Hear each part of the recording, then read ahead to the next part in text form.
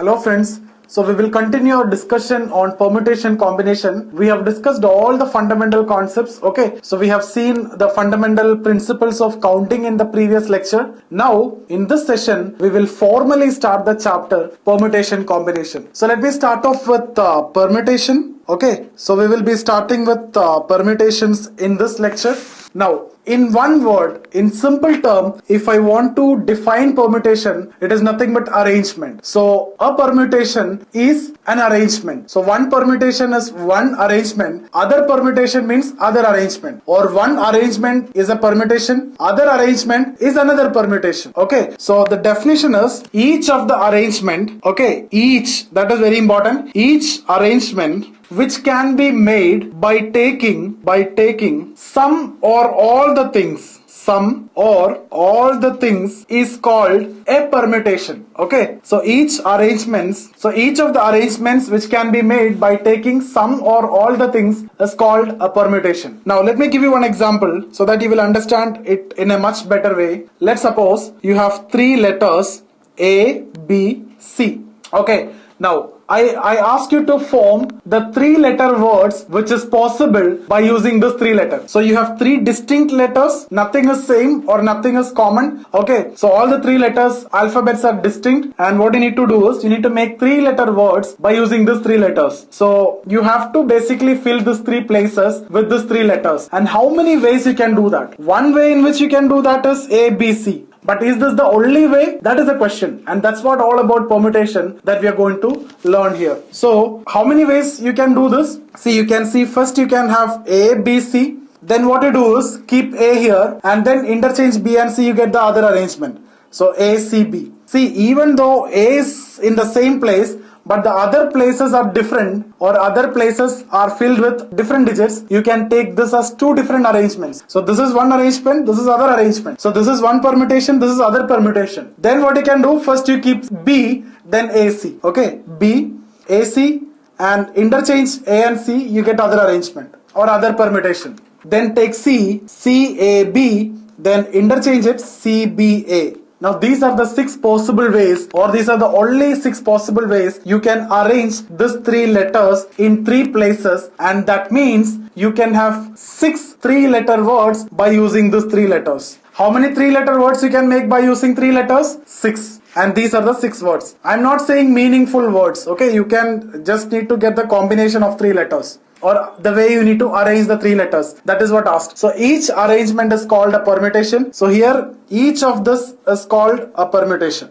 So how many ways you can do that? You can do that in 6 ways. Now otherwise, let me think this logically. See, let's suppose you have 3 letters and you have 3 places. Think logically. What you need to do? You need to fill this place 1. You need to fill this place 2. You need to fill this place 3. This is what is your task. Okay, fill these 3 places with the 3 letters. Now let's take the first place 1. How many ways you can fill this? You have 3 letter words. Okay, so you have a 3-letter word, or you have 3 letters with you, and you can use any of the 3 letter to fill the first place. So A or B or C. So you can use here A or B or C. You can use any of the 3. So how many ways you can fill this? I have 3 ways to fill the first place. What about the second place? Now let's suppose you used A here. You cannot use A again because repetition is not allowed. We will come to the case where repetition is allowed and with restrictions and all in the next sessions. But here, take it in this way, no repetition is possible. Repetition is not allowed. So you can't use A anymore. Now you are left out with 2. So the place 2 can be filled with either B or C. So place 2, B or C. How many ways you can do that? 2 ways. Now let's suppose you use B here. What is left out? C. So place C can be filled with C. How many ways? There is only one way because only one digit is left out. Now you may have confusion whether I need to use the concept of or and here, right? See here, it is not that you need to fill any of the places. You need to fill all the 3 places. That means place 1 and place 2 and place 3. Then only you'll get the 3-letter word. So crystal clear that it is multiplication. It is multiplication principle. Okay, 3, 2, 1, you multiply, you get 6 ways. And that's what exactly you got here, 6 ways. Okay, so I hope this is clear. So by using common sense you can find like this. Or now simple understanding is, let's suppose you have 3 items A, B, C, 3 distinct items, and you have 3 distinct places you can arrange these three distinct items in three places in 3 factorial ways. And that's what you got here. This is nothing but 3 factorial. So you have 3 distinct items, 3 places, 3 factorial. 4 distinct items, 4 places, 4 factorial. If I give you, I have 5 letters A, B, C, D, E. And if I ask you how many 5-letter words I can make by using these 5 letters, your answer is 5 factorial. You just need to arrange these 5 letters among themselves, 5 factorial ways. But if I ask you how many 4-letter words you can make with 5 letter, then that is different. We'll discuss that later. Okay, so here, or I'll discuss that now itself. See, let's suppose, rather than taking 5-letter word, I'll take simple example. Let's suppose you have 3 letters A, B, C, or you have 3 persons A, B, C. Okay, 3 persons A, B, C. This is person 1, this is person 2, this is person 3. Now, what you need? You need a vice president and a president from this. So how many ways you can select a president and a vice president? So president and a vice president. How many ways you can do this? See, you need 2 people, but here 3 people. So basically 3 people or 3 distinct items, and you need to fill in 2 places. See, you can consider president and vice president as 2 chairs. So here 3 persons, 2 chairs. So one thing is sure, that one person cannot get a chair. So one person will be eliminated. So what you need to do? You need to get 2 people, right? So it can be either AB, it can be BC, it can be AC. These are the 3 possible ways in which you can select 2 people. But is it the 3 ways? No, because corresponding to each of the selection. See, this is chair 1 and this is chair 2, or vice president and president. A can be vice president, then B is the president. If B is the vice president, then A is the president. So here comes 2 arrangements for each selection. Again, if B, C, CB is possible, then AC and CA is possible. So here also you will find 6 arrangements. So here, what is this case? I have 3 distinct items. I need to arrange in 2 places. Or let me put it in this way, the number of arrangements of 3 distinct items in 2 places, or number of permutations of 3 distinct items taken 2 at a time. All are correct. How many ways I can seat 3 people in 2 chairs is correct, or how many 2-letter word I can make by using 3 letters is correct. How many ways I can select a president and a vice president from 3 people is also correct. I hope you are getting this. Okay, so you have 6 ways. So how you got this is common sensically, you have 3 person, you have 2 places. The first place can be filled in how many ways? You have 3 person, so you can have 3 ways. You can fill this place with any of A, B, C.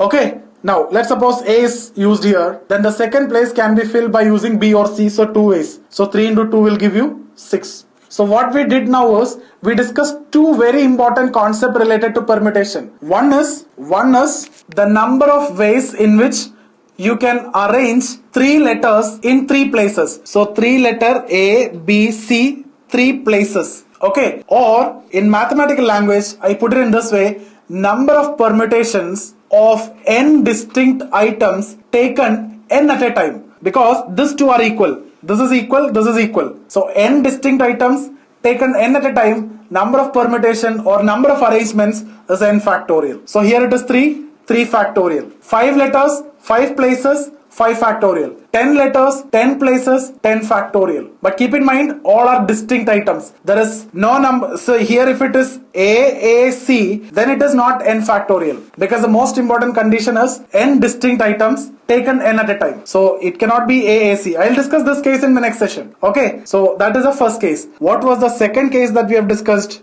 A, B, C, but 2 places. So how will I write this? There are n places or there are n person and r places. Or there are n alphabet and 2 places. Or n alphabets are available.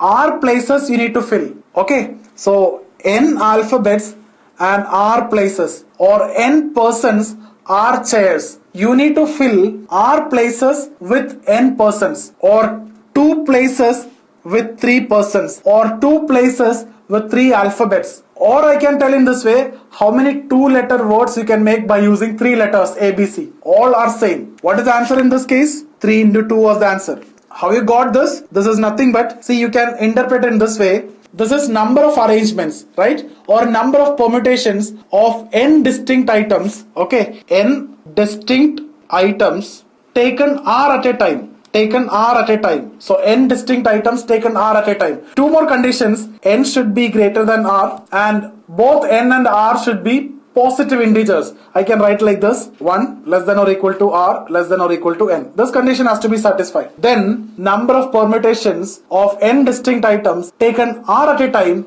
is given as p of n comma r or npr. P of n comma r or npr. You already know what is npr, that is n factorial divided by n minus r factorial. Superscript factorial divided by superscript minus subscript factorial. Or here you got 3 into 2, right? So in that way, another method is, see, let's suppose you have 5 letters A, B, C, D, E. You need to make 3-letter word. That means 3 places you need to fill. How many ways you can do this? First place can be filled in any of the 5-letter 5 ways. Second, 4 ways. Third, 3 ways. Okay. So if this is your n here is 5 and this is your r here is 3. Okay. So when you generalize, if n is 5 and r is 3, then 5, 4, 3. What is 5? 5 is nothing but n. What is 4? 4 is n minus 1. What is 3? N minus 2. So it will go like that. So if you have n distinct items, like what we have discussed here, n distinct items taken r at a time, number of arrangements or number of permutations of n distinct items taken r at a time is equal to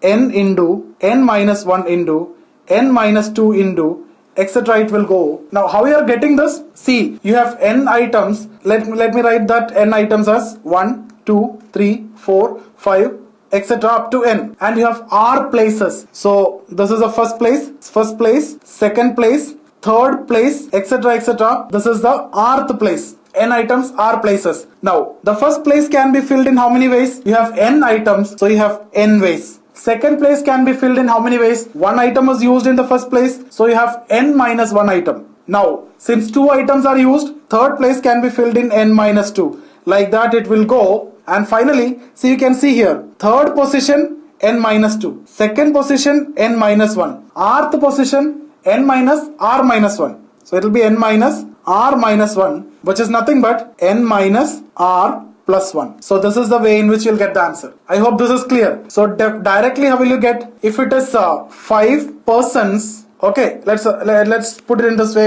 person 1, person 2, person 3, person 4, person 5, first person, second, third, fourth, fifth. You have 3 places, 1, 2, 3. Place 1, place 2, place 3, or 3 chairs. How many ways you can seat 5 persons in 3 chairs? This is clearly permutation of n distinct items at r places. If it was n distinct items in n places, n factorial. If it is n distinct items r places, that is npr. So what is npr? That is nothing but n into n minus 1 into n minus 2 into it will go. So here what is n? 5 is n minus 1, 4, n minus 2, 3. That's your answer. I hope this is clear for all of you. No need to have any confusion here. Make this concept very clear, and this is what we are going to use in the future. Okay, so once again let me tell you. So you have n distinct items. Okay, you have n places, first place and n places. How many ways you can arrange n distinct items in n places? No need to have any confusion. N factorial ways. 5 letters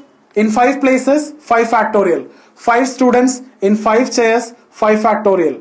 No need to have any confusion. But if you have n distinct items, but you have only r places and r is less than n, so there is a problem, right? Number of persons are more, but places are less. So r places, that means first place, second place, etc. This is the rth place. How many ways you can do this? This is npr. This is enough. N factorial is this, and npr is this. You know what is npr? That is n factorial divided by n minus r factorial. So clearly you can get the answer, or you know how to find npr faster. So if I tell you there are 10 letters, I need to get 5-letter words. So how many 5-letter words you can get from 10 letters? So what is this 10? 10 is my n. What is this 5? That is my r. What is npr?